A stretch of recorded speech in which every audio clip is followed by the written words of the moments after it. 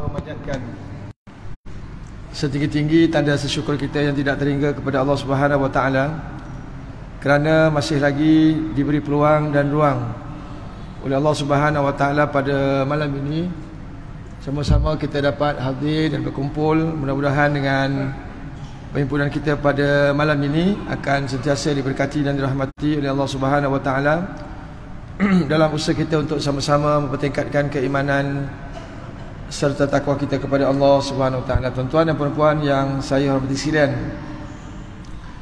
pada malam ini saya nak ajak tuan-tuan untuk kita melihat kembali di dalam surah At-Tahrim, surah At-Tahrim ayat yang ke-6, juzuk yang ke-28, muka surat 561.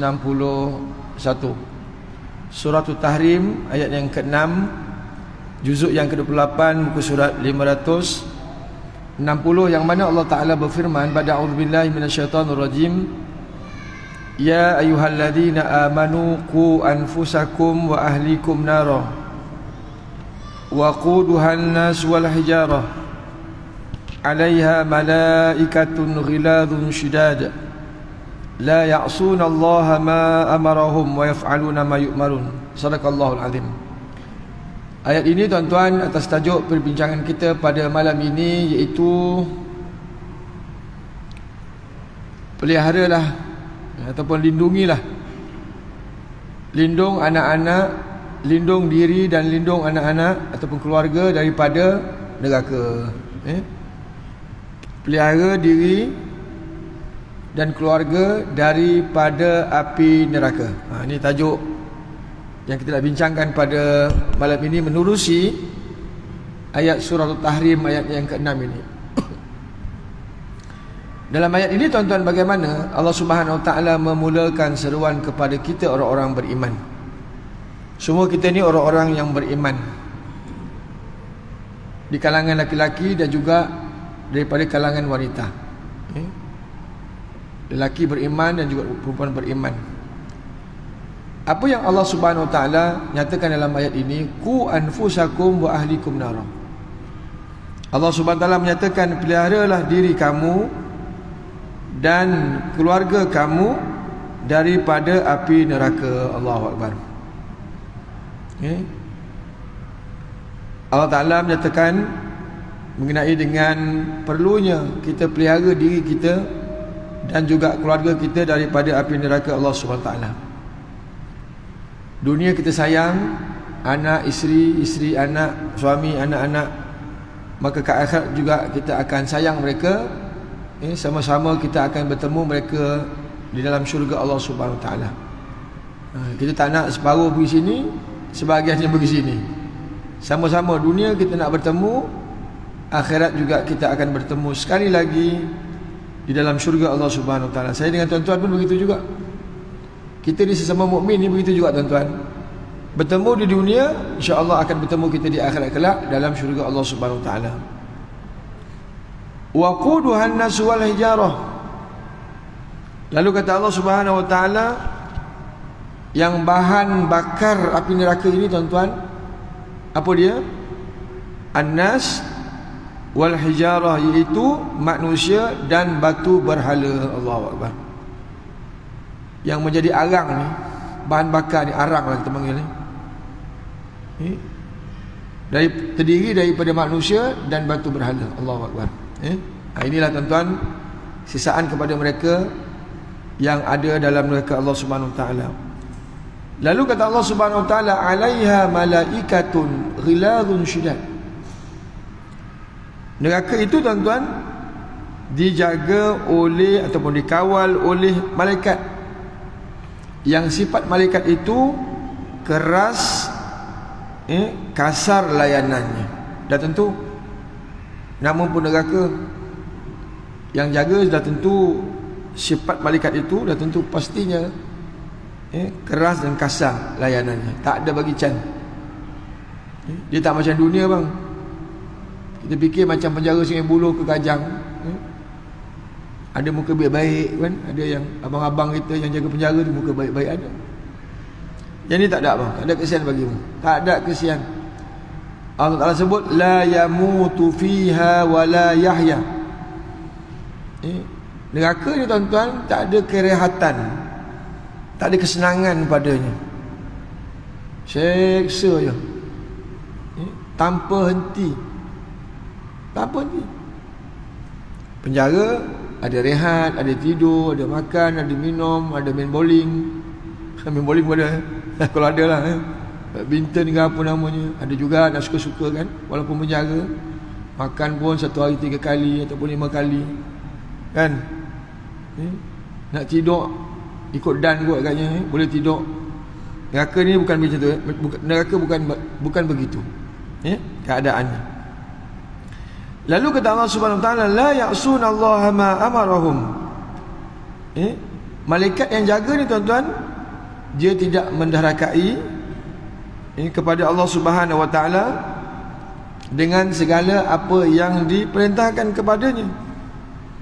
Dan mereka ini tetap melakukan apa yang diperintahkan. Ini tuan-tuan tugas malaikat yang menjaga neraka Allah Subhanahu Wa Taala. Baik, cuba kita lihat satu persatu ayat ini. Ayat yang pertama tadi, bagaimana Allah Ta'ala perintahkan kepada kita dalam bentuk perintah, bentuk perintah. Peliharalah diri kamu dan ahli keluarga kamu daripada api neraka. Dalam ayat ini tuan-tuan, para mufassirin banyak memberi komentar tentang ayat ini mengikut pandangan mereka. Di antaranya dalam tafsir Ibnu Katsir, tafsir Qurtubi, dan tafsir-tafsir yang lain yang saya petik pada malam ini hanya 2-3 penafsiran. Dan penafsiran ini merangkumi daripada seluruh pendapat dalam kebanyakan pandangan ahli tafsir mengenai dengan ayat ini. Dalam tafsir Ibnu Katsir, menurut Ibnu Abbas mengatakan, peliharalah diri kamu dan keluarga kamu daripada api neraka. Kita ni sentiasa mengajak kita punya keluarga sentiasa ingat akan Allah. Nah, kita ni diminta untuk kita senantiasa ingat akan Allah Subhanahu Wa Taala, dan juga mengajak ahli keluarga kita sama-sama ingat kepada Allah. Itu kita sebut tadi tuan-tuan, dalam nak kita melakukan kebaikan ini, jangan kita buat seorang-seorang. Takkan kita nak masuk syurga seorang-seorang kan? Nak juga isteri, nak juga anak-anak. Jadi ingatkan isteri.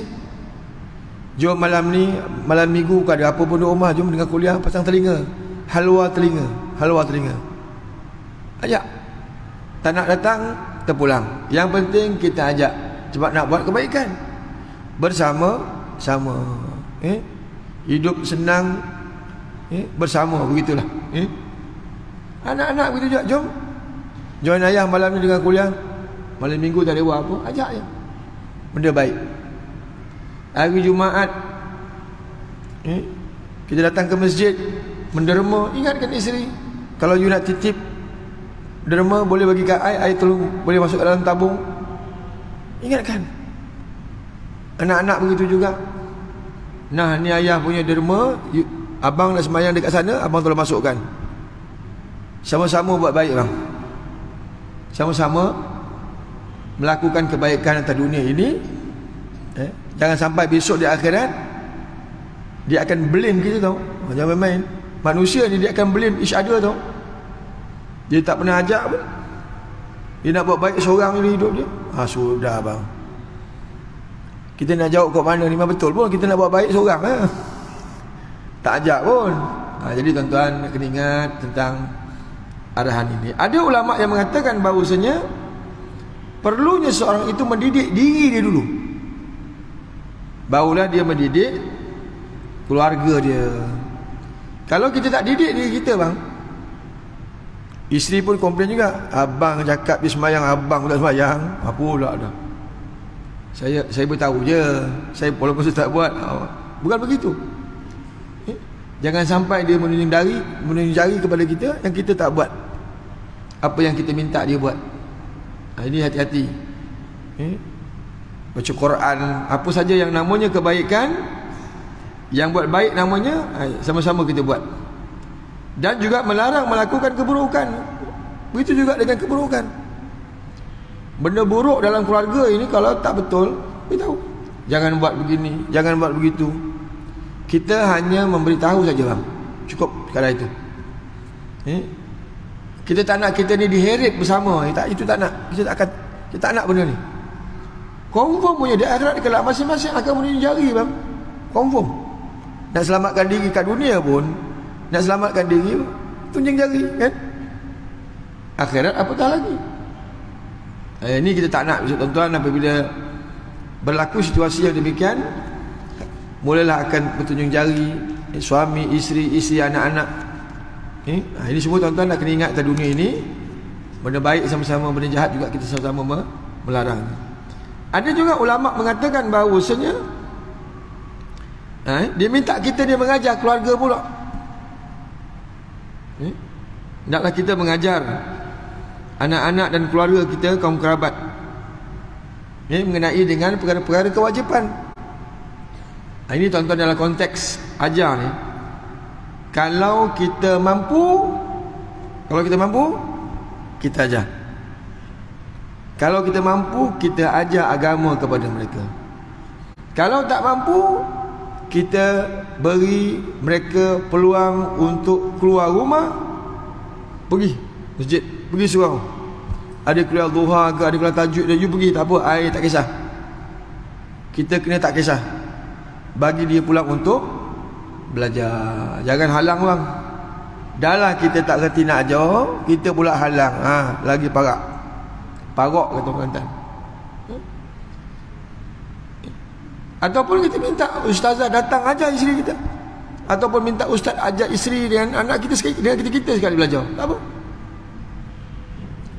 Kalau boleh, ilmu-ilmu teras lah kalau boleh. Jangan tajwid.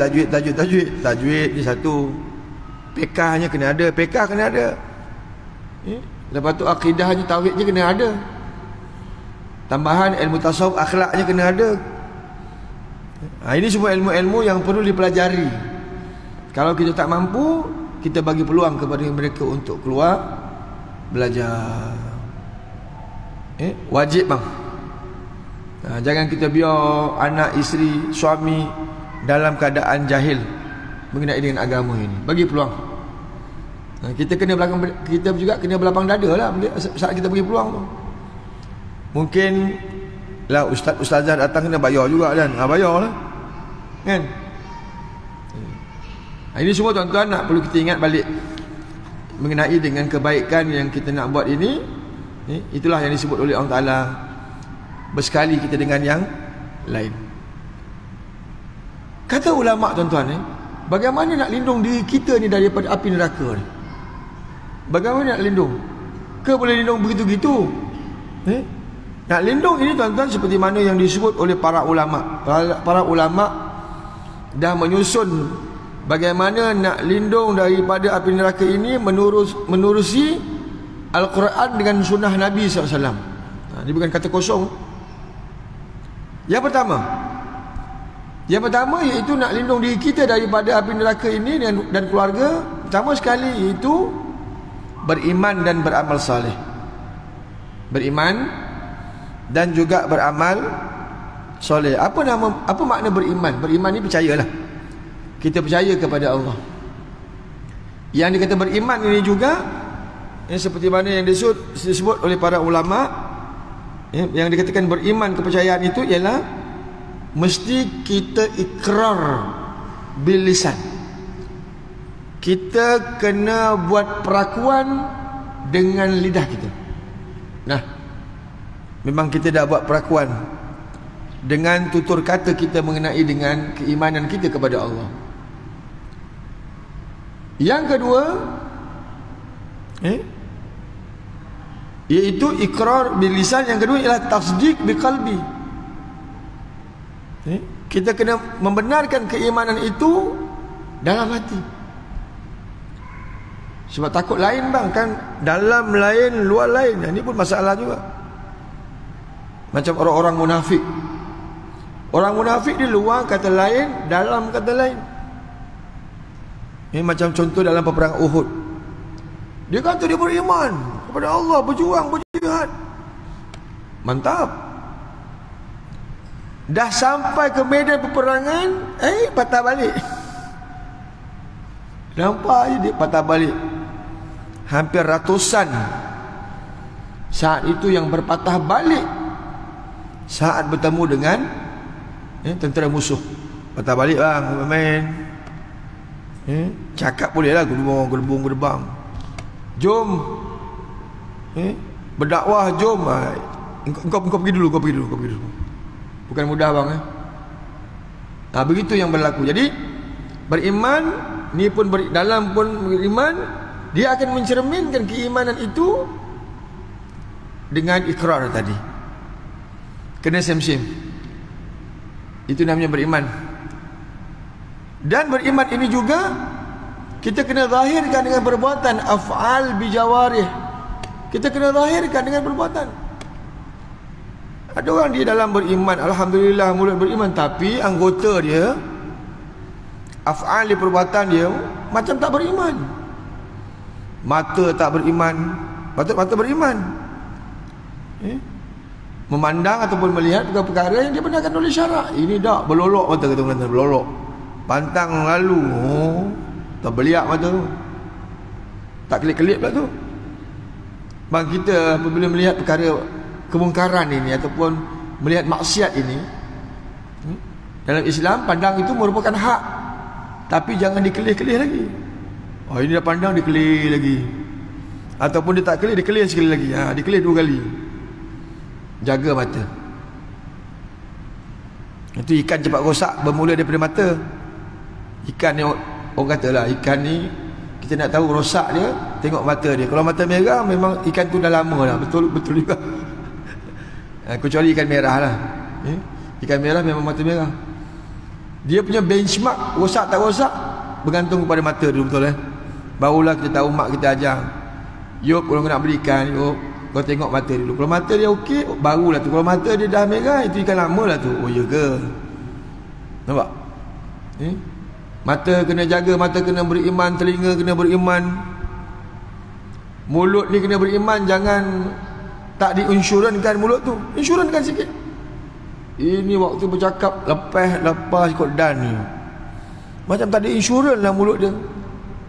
Jadi cakap berlapik. Tu orang kata, tuan-tuan, terlajak perahu boleh berpatah balik. Terlajak kata naas kesan dia. Betul Orang akan ingat. Dan kata-kata tadi orang akan ingat sampai mati, ingat walaupun dah bertobat. Ini bahananya perkataan ini. Jadi kaki, tangan, pastikan semuanya beriman. Allahu Akbar. Itu namanya beriman.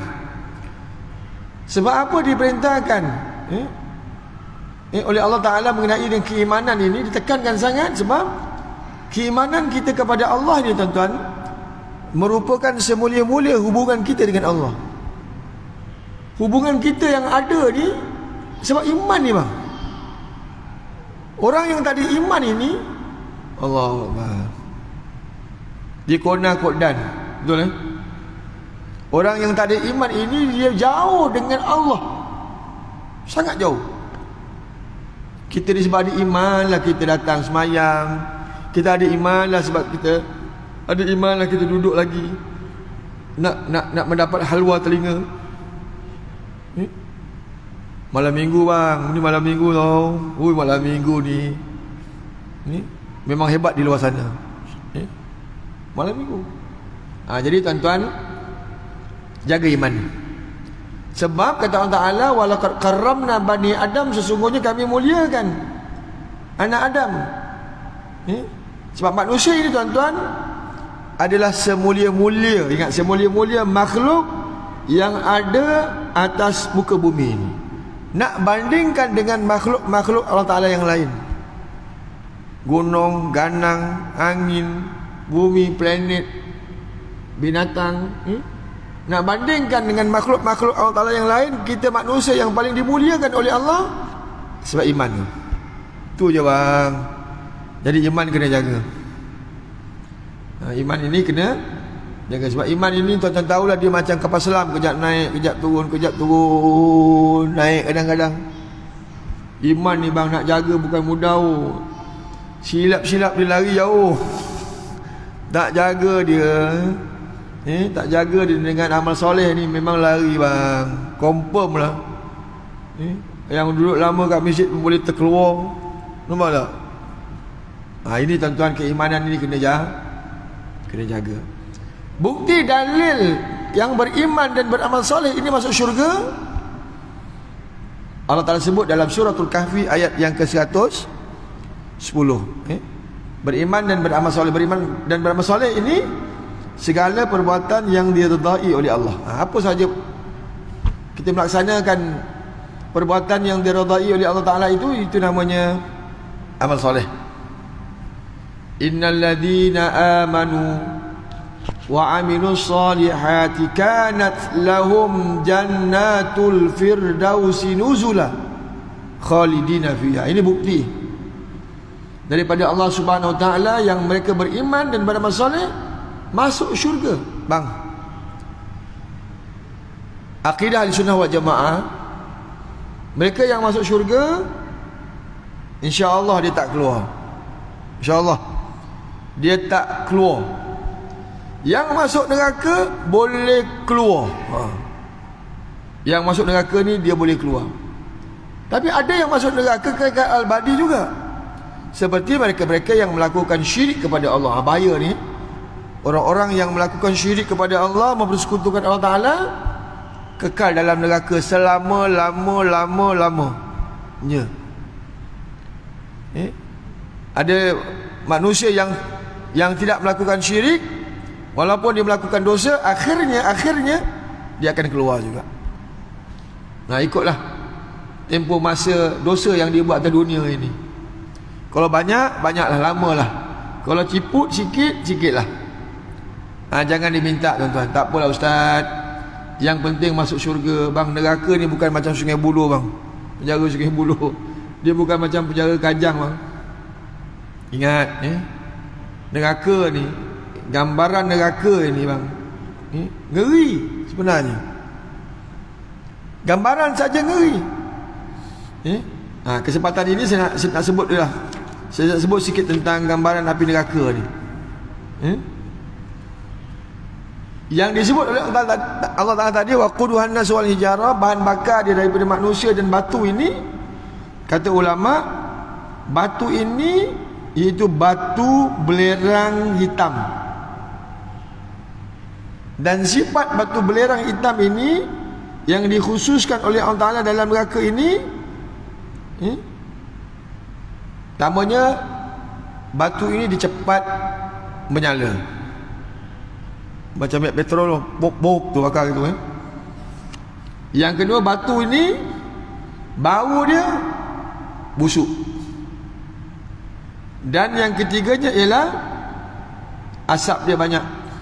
Batu belerang hitam neraka ni. Dan yang keempatnya, melekat kat badan. Dia bakar melekat, dia tak susah nak cabut. Batu jenis apa ni?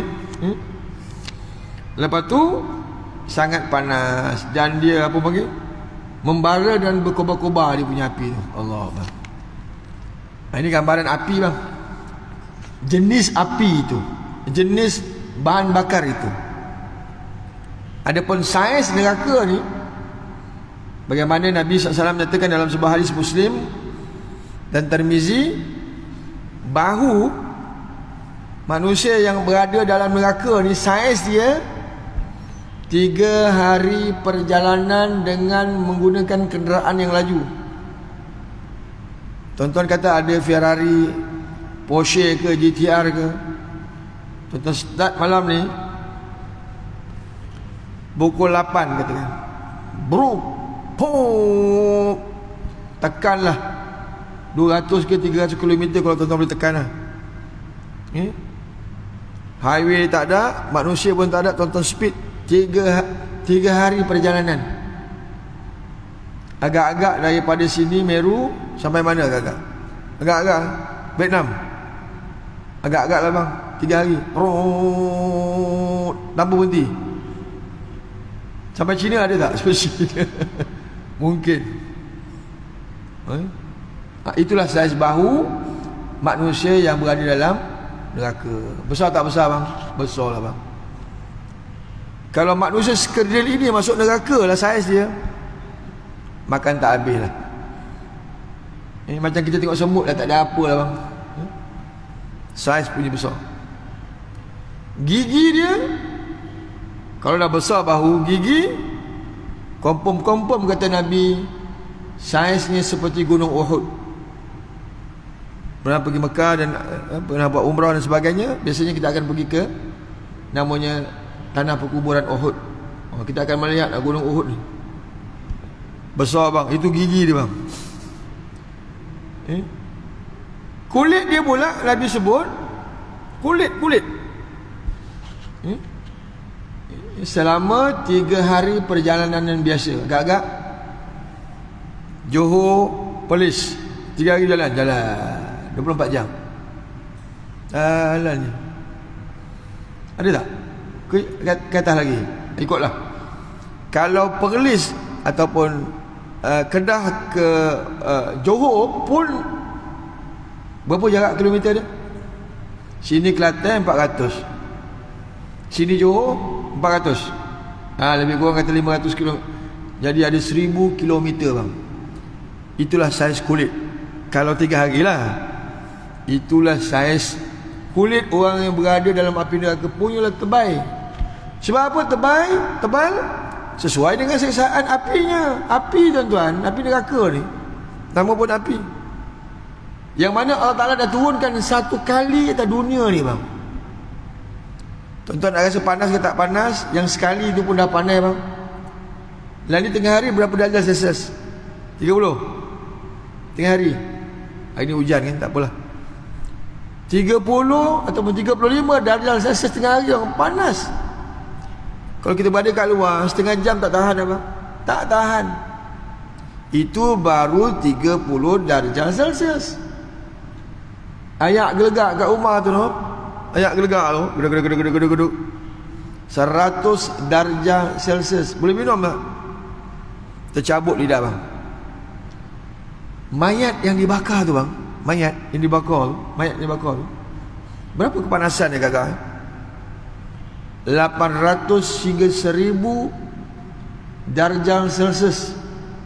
Kurang daripada 1 jam, mayat jadi abu bang. Jadi abu. Panas je lah, dunia ni pun dah panas lah bang. Duk baki lagi ada 69 kali lagi tunggu manusia-manusia yang engkar ni. Ada baki 69 kali. Allahu Akbar. Jadi orang yang berada dalam neraka ni tuan-tuan, dan tentu nak makan nak minum. Allah Ta'ala menyediakan makanan cukup spesial kepada mereka ini. Cukup spesial. Allah Ta'ala akan beri satu jenis minuman yang disebut oleh Allah Subhanahu Wa Ta'ala bima'in kal muhli yashwil wujuh. Jika mereka minta pertolongan kerana dahaga, dah tentu haus, pasti panas. Kalau dah panas memang haus, maka mereka diberi pertolongan kata Allah dengan ayak. Dan ayak ini seperti tembaga cair yang boleh membakar muka. Bang, tembaga bang, dah haus minum juga, tapi jenis tembaga cair yang panas, yang api dia tadi bang, 69 kali. Yang sekali pun dia punya. Tuan-tuan pernah pergi tak tengok? Tak tahulah, masa saya duduk kat luar dulu, ada peluang untuk tengok orang bakar, orang leburkan besi. Kita tengok orang leburkan besi bang, ngeri. Tapi tempat tu tertutup lah, cermin gini. Kita pelajar waktu tu, dia bagi kita tengok kilang lebur besi ni. Bang, dia punya tempat sebesar ini lah. Mangkuk dia tu, mangkuk api tu besar ni lah, lebih kurang macam kawah besar ni lah. Api dia tu merah. Dia punya kita tengok pun, tapi masa kita pergi tu dia tutup dengan cermin lah. Memang panas, memang tak boleh tahan. Itu dia letak cermin tu. Yang itu pun macam mana lah nak minum, pegang pun tak boleh. Rapat pun tak boleh. Kata Imam Suyuti, Maksud ayat ini seperti minyak yang mendidih, bang. Minyak kalau melecur kat tangan tu, tuan-tuan pun tahulah. Tak? Nak masak telur, letak air, prom. Kan? Minyak ada, letak air. Macam itulah. Kalau kena kat tangan, bang, melecur-lecur. Jadi saat lapar tadi, haus tadi, dia nak makan pula. Adilnya Allah Ta'ala sediakan makanan juga kepada mereka ini. Sejenis kata Allah Ta'ala, min syajaratim zakum. Jenis daripada pohon zakum. Pohon zakum ni tuan-tuan, disebut iaitu sejenis buah yang kecil berduri. Dan kata Nabi SAW dalam hadis Tirmizi, Ibnu Majah, Ahmad dan Musnad, dalam musnadnya, setitis buah zakum ini jika diturunkan atas dunia ini lebur, bang. Lebur. Jadi itulah tuan-tuan gambaran api neraka Allah Subhanahu Wa Taala minta dijauhkan. Yang pertama, beriman dan beramal soleh. Yang kedua, perkara yang boleh menghindarkan diri kita daripada api neraka. Yang kedua, bang, bersedekah. Allahu Akbar. Nampak macam biasa-biasa ya, sedekah ni. Rupanya sedekah ini dia punya spirit dia tu, Masya Allah. Kata Nabi SAW, riwayat Bukhari, Muslim dan Ahmad, ittaqun nar walau bisyiqqatin tamratin. Kata Nabi SAW, jagalah diri kamu daripada api neraka walaupun hanya dengan kamu menderma separuh daripada biji tamar, separuh daripada buah tamar. Sebiji buah tamar berapa ringgit, bang? Tamar biasa, bukan tamar yang apa, Madinah tu, manjur besar tu, itu mahal. Lebih kurang RM1 lah, bang, ataupun RM2 lah sebiji mungkin. Kalau setengah adalah mungkin 50 sen ataupun RM1. Jadi dengan derma yang walaupun sedikit, jangan kita anggap remeh. Ni bab derma ni, bang. Jangan sikit. Jangan duit yang kita ada ni kecil, kita alah kecil sangat nak bagilah. Macam tak gamak pula. Kalau dah banyak, lagi kedekut. Ini sifat kita dah, kalau dah banyak macam kedekut pula. Sikit rasa macam sikit, tak apa, bang. Bab derma ini walaupun sikit, bagi. Begitu. Walaupun dalam kantung tuan-tuan hari ni ada 50 sen, nah, tabung tu besar tu, letak je lah. Walaupun 50 sen lah, bang. Walaupun RM1. Yang pastinya jangan pandang remeh. Ingat, itu yang pastinya jangan pandang remeh. Yang orang nak derma ni tak pandang remeh, itulah yang disebut oleh Nabi SAW mengenai dengan ayat ini. Bagilah, bang. Kalau bagi lebih banyak lagi baik, kan? Benda kecil, semampu itulah yang ada, bagi. Takut jenis orang ni kita tak, Ustaz, saya tak ada duit lah, Ustaz. Saya tak ada duit dalam hidup saya. Itu dalam Islam tak apa, tak ada duit, no hal. Berapa yang kau ada, itu je. 5 sen lah kau bagi. Yang penting menyumbang. Dan yang ketiganya iaitu memberi makan kepada orang yang lapar. Siapa orang yang lapar? Kita lapar juga. Tapi kat rumah, kita hari ni lapar, bang, saya pun lapar ni. Malam tak makan lagi. Tapi balik rumah, kat dapur kita, mak, oi, Maggi nah. Buka botol es atau bawah penuh. Sebulan nak makan tu ada lah. Yang makan dah nak carry forward pun ada lagi, simpan, sayang. Ada juga makanan yang disimpan, sayang katanya. Maknanya walaupun kita lapar, tapi kita sebenarnya bukan orang dalam kategori lapar yang memerlukan makanan. Tidak seperti fakir dan miskin. Tuan-tuan kalau pergi join NGO ni, kalau tuan-tuan suka pergi geng-geng NGO ni, saya pernah ikut lah, tuan-tuan, ikut NGO ni dulu-dulu lah. Pergi tengok geng-geng gelandangan tu dekat tengah bandar tu, bang. Meleleh mata, bang. Makan pak lahap tu, macam pak lahap lah. Kita tengok lauk ni biasa-biasa je, tapi lapar lah, bang, tu kesiannya. Kesian abang, orang Islam dalam keadaan begitu. Baiklah NGO-NGOI ni kan, disediakan makanan, pack bawa sana, bagi makan kepada mereka yang lapar. Mudah-mudahan dengan menderma kepada mereka yang lapar, kata Nabi sallallahu alaihi wasallam, wa at'imut ta'ama tadkhulul jannata bisalam. Hadis riwayat Bukhari, Muslim dan Ahmad. Kata Nabi sallallahu, berilah makan kepada orang lapar, maka kamu akan masuk syurga dengan selamat. Nah, apa yang saya sebut ni bang, dah 3 ni, dia bersekali beri. Jangan kita ambil satu je, beriman bersoleh, yang sedekah kita dalam takpi. Orang makan, orang lapar kita dalam takpi. Bukan begitu. Satu jalan. Derma pun ada tadi, yang walaupun kecil, beri makan. Ada ketika yang kita memang usahakan ke arah itu. Beriman dan bersoleh, yang sentiasa juga kita melakukan hal demikian, dia kena selari. Bukan, jangan ambil satu je. Dan yang keempatnya ialah memperbanyakkan istighfar. Memang kita ni kurang lah bang istighfar sebenarnya dalam hidup kita dah. Betul lah. Agak-agak pada pagi sampai sekarang ni berapa banyak kita ada istighfar. Skrip ustaz, ikut skrip imam, pagi 3, zuhur 3, maghrib 3, 3 kali 5 baru 15 lah bang. Tak cukup. Nabi SAW beristighfar satu hari berapa? 100 kali. Walaupun seperti mana kita tahu Nabi dijamin syurga, Nabi nak menunjukkan tanda syukur Nabi kepada Allah Subhanahu Wa Taala, maka Nabi lebihkan istighfar itu.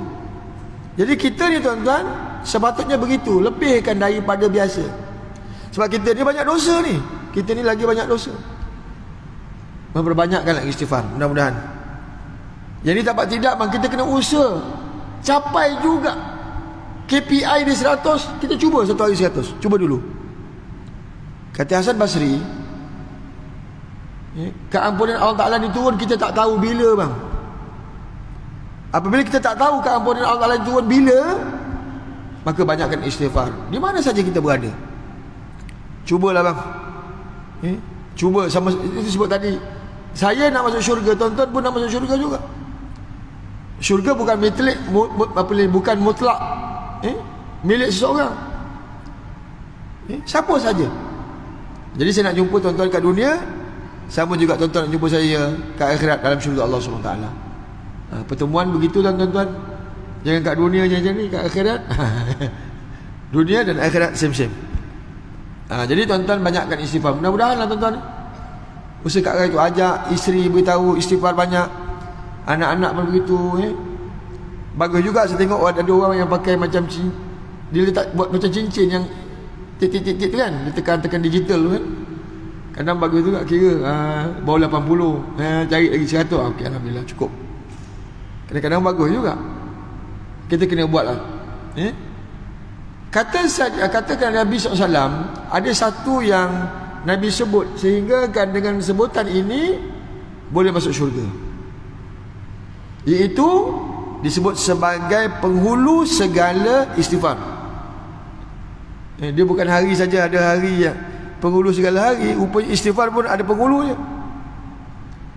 Kata Nabi SAW, hadis Bukhari, Tirmizi, An-Nasai, Ahmad dan Musnadnya, Nabi sebut, siapa yang mengucapkan pada waktu siang dengan penuh yakin, kemudian petang dia meninggal dunia, masuk syurga.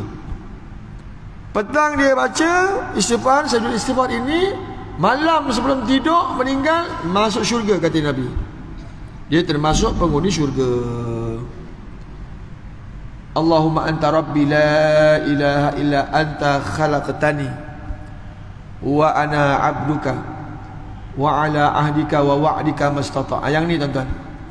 Tuan-tuan boleh Google dalam telefon tuan-tuan, type penghulu segala istighfar. Dah.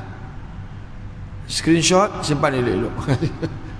Kok mana pun tengok mudah-mudahan tuan-tuan. Itulah kita harap, itulah. Kita tak tahu bila kita mati ni bang. Jadi kita tak tahu bila kita mati ni, kita kena dah siap siaga lah. Mudah-mudahan tuan-tuan mudah-mudahan. Ini contoh. Yang keempat. bersekali tuan-tuan. Yang kelimanya ialah bertakwa kepada Allah. Yang tiap-tiap minggu khatib ingatkan kepada kita, ittaqullah haqqa tuqatih wa la tamutunna illa wa antum muslimun. Every week ingatkan kepada kita supaya bertakwa dalam bentuk order thanks. Ayat itu datang. Bertakwa kepada Allah, bertakwa kepada Allah. Innal muttaqina fi jannatin wa nahar, kata Allah. Bukti orang yang bertakwa kepada Allah itu, sesungguhnya orang yang bertakwa itu, kata Allah, ditempatkan dalam syurga. Beruntunglah tuan-tuan kalau kita boleh mencapai sifat takwa ini dalam hidup kita. Kata Sayyidina Ali, takwa ini yang mudah kita nak faham, iaitu yang pertama dia kata al-khawfu minal jalil, takut melakukan larangan Allah. Nah, apa saja larangan Allah kita rasa takut bang, macam kita takut tengok hantu. Tengoknya maksiat Allah, jangan tengok jangan gitu pula. Maksiat ni macam kita tengok hantu lah, macam tu istilah je lah tuan-tuan. Tengok takut, tengok takut larangan Allah ini, takut. Itu satu. Yang kedua, wal amalu bitanzil, dan beramal dengan apa yang diturunkan oleh Allah. Kita kena berusaha. Saya sebut tadi berulang kali, kita kena berusaha bang. Berusaha ke arah itu. Saya nak buat satu cerita lah tuan-tuan. Dalam kitab Riyadhus Salihin, mula-mula hadis tu menceritakan tentang bagaimana seorang pemuda ni. Nah, kita beri laluan, nanti kita sambung sekali lagi.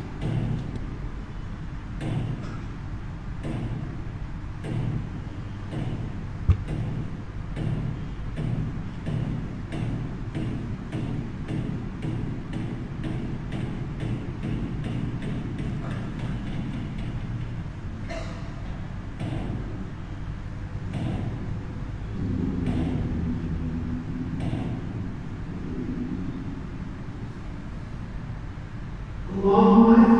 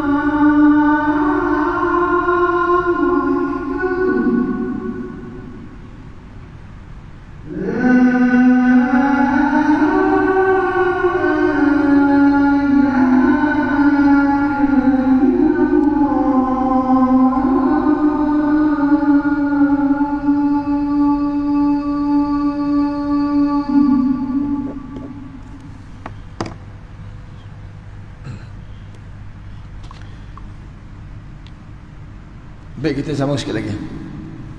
Jadi dalam hadis ni tuan-tuan, seorang pemuda ni dia ingin bertaubat kepada Allah dengan dosa-dosa yang dia buat dalam hidup dia.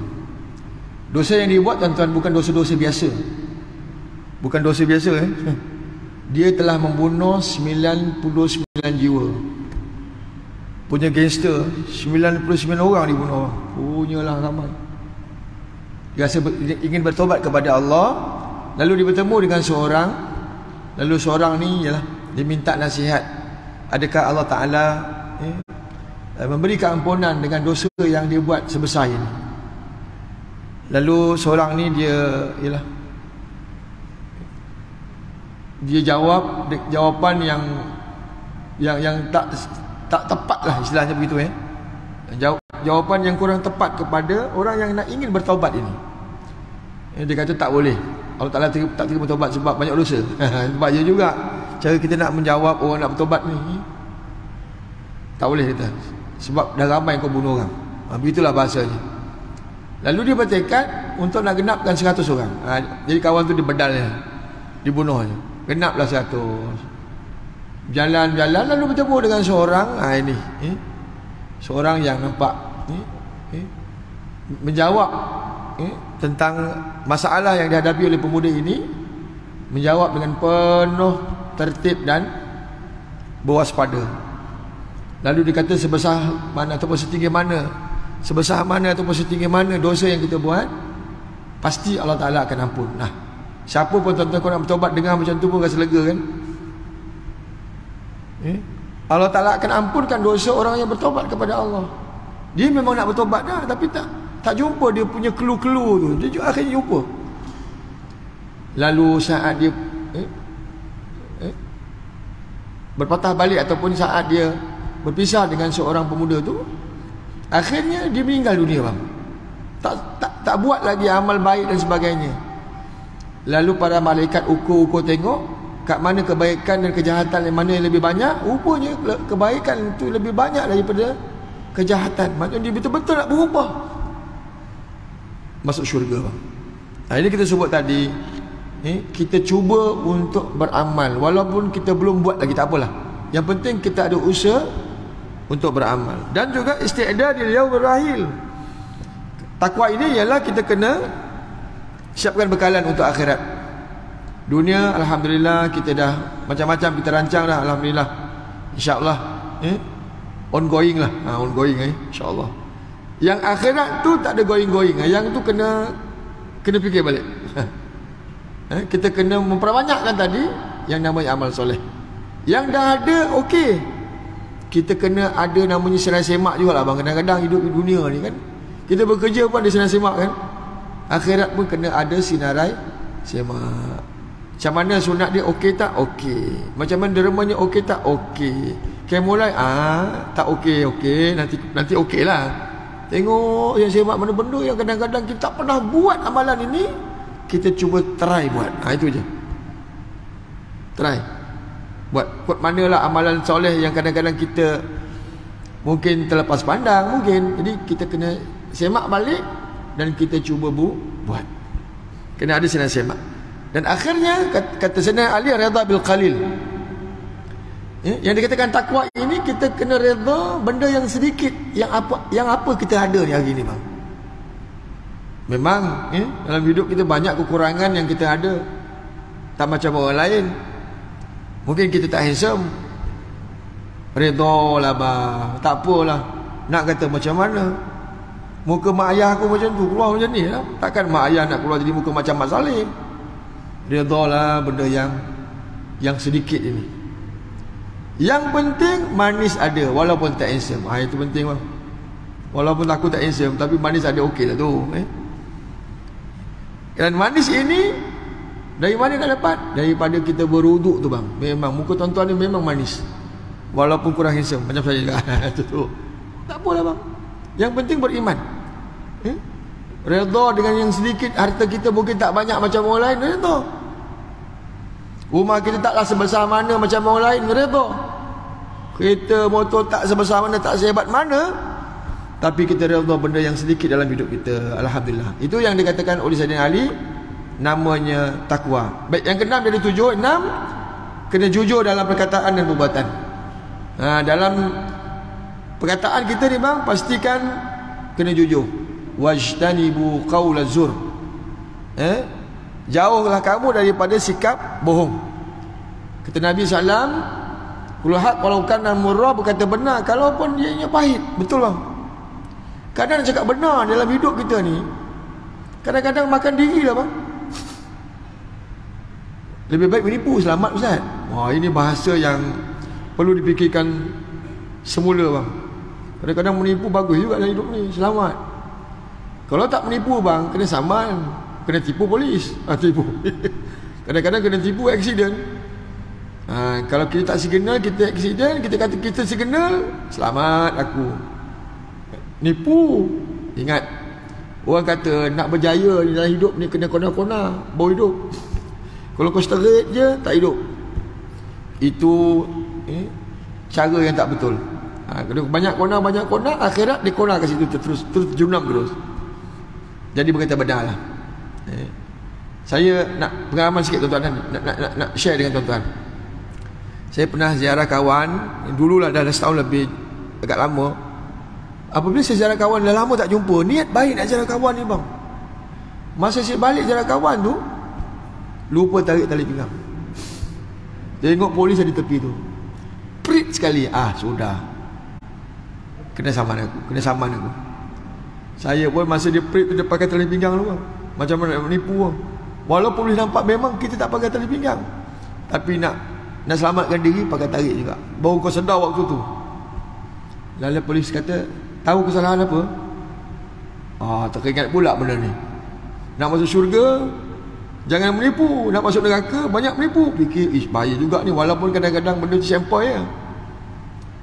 Saya baru tarik lah. Datuk pun saya tuan-tuan, baru tarik. Tahu salah dia, tak boleh pegang, tahu. Asyik. Dia pergi jumpa dekat dia punya kaunter tu, bagi balik IC kat saya. Jalan, tak ada saman. Jalan, sebab saya tengok awak ni jujur. Nampak tu bang. Bukan saya nak kata saya jujur lah, tapi kadang-kadang tu fikir juga nak menjadi jujur ni bukan senang. Kadang-kadang pahit. Sebab apa? Kalau tidak aku kena 300 bang. Saja je. Dia kata nampak macam jujur, tapi dengan syarat doa untuk saya. Saya pun bukan doa macam ni bang, aku bagi doa macam ni lah bang. Doa untuk kebaikan dia, sebab dia tolong saya kan. Jadi kita bagi kebaikan juga kepada dia. Jadi fikir-fikir balik. Itu kata Nabi SAW bang dalam hadis ini. Kata Nabi, jujurlah engkau kerana dengan kejujuran itu akan bawa kepada kebaikan, dan kebaikan itu akan bawa pada syurga bang. Sebaliknya, orang yang menipu ini akan membawa kepada kebinasaan, dan kebinasaan itu akan masuk neraka. Nampak? InsyaAllah kita cuba jujur ni dalam perkataan dan juga perbuatan. Abang balik lambat ni ke mana bang? Jangan kata kedai kopi. Kadang-kadang suami ni suka tipu sunat. Bang, tidak ada istilah tipu sunat. Tipu tu dikira berdosa. Jangan guna kalimah keramat yang nama tipu sunat ini. Tak ada. Akhirnya nak boleh menyelamatkan diri kita daripada neraka, yang ketujuh ialah menahan marah. Bang, saya tanya abang ni semua ni, semua disebab marah kan, termasuk saya. Jadi bagaimana nak masuk syurga ini yang Nabi kata kita tahan marah. Kita kena tahan walaupun memang kita boleh marah. Kata Nabi SAW dalam sebuah hadis, siapa yang menahan marah dia sedangkan dia sebenarnya boleh marah, Allah Ta'ala masukkan dalam syurga. Bang, kita memang boleh marah bang, tapi kita kena tahan. Kita kena tahan. Itu yang Nabi ajar. Orang marah ni, cara pertama sekali dia kena ambil wuduk. Tak sempat ambil wuduk, marah dulu. Kalau dah tak boleh tahan ambil wuduk, engkau semayang. Itu Nabi ajar cara nak menginkriskan kemarahan itu. Kalau ikut psikologi, saat orang tengah marah berdiri tu, dia suruh tukar posisi, betul. Itu orang tengah marah berdiri ni, duduk. Kalau kat dalam dewan speaker, dewan rakyat, wow, Speaker kata sila duduk. Betul tu speaker kata. Dengan dia duduk tadi tu dia boleh mengurangkan kemarahan itu, betul. Jangan kita apa duduk-duduk. Janganlah duduklah. Nah, sebab nak kurangkan kita punya marah. Sebab apa bang? Marah ni kesan dia memang sangat buruk. Kalau marah-marah suami isteri bang, kesan dia apa bang? Bercerai bang. Marah punya pasal. Ada 2 tahun lepas kes suami nak tengok drama pukul 10, yang suami nak tengok bola Piala Suzuki, yang isteri nak tengok drama pukul 10. Ini bahaya ni. Suami tak nak tahan lah bang, tukar channel. Hati suami ni dia membara bang. Lalu akhirnya dia dengan kemarahan dia kata, beras aku yang beli. Ini bahaya kalimah laki-laki ni, beras aku beli ni. Dah dia kata beras aku yang beli, isteri pun tak tahan lah bang. Siapa yang masak? Dia kata. Oh, dah melawan lah. Isteri kalau kata siapa yang masak, kalau kita cakap lagi bang, parak. Maka suami pun jawab juga. Oh, suami jawab juga, isteri jawab juga. Akhirnya I ceraikan you talak 1. Allah bang, benda sempoi estro 1 je bang. Orang laki-laki ni kalau kau nak berbalas dengan perempuan, pergi kena mamak lah. Saya syorkan kau kena mamak. Selamat lah bang. Jangan panjang-panjang cerita lah bang, benda sempoi je. Yang isteri pula janganlah jawab, pergi dapur, buat 1 kopi oat, tekan halia sikit, senyap lah abang tu. Udah, jangan berpanjangan. Antara manusia saya bergaduh tuan, akhirnya kita tak geng lah. Bergaduh. Kalau tempat kerja saya bergaduh dengan bos, bertukar kita bang. Dengan bos juga bergaduh. You kena tukar, you pergi tempat lain. Mana boleh, boss is always right. Jadi tuan-tuan, marah yang ada tu kita kena increasekan. Jangan ikut hati, nanti ikut hati akan mati. Ataupun kalau kita marah-marah, akhirnya kita akan dijual kita beli. Marah banyak, kita akan dijual. Jadi begitulah tuan-tuan perbincangan kita pada malam ini. Mudah-mudahan Allah Subhanahu Wa Taala beri kita kekuatan untuk kita sama-sama berusaha untuk memelihara diri kita dan keluarga kita daripada api neraka Allah Subhanahu Wa Taala, seperti mana yang disebut tadi. Jadi saya akhiri tuan-tuan. Assalamualaikum warahmatullahi wabarakatuh.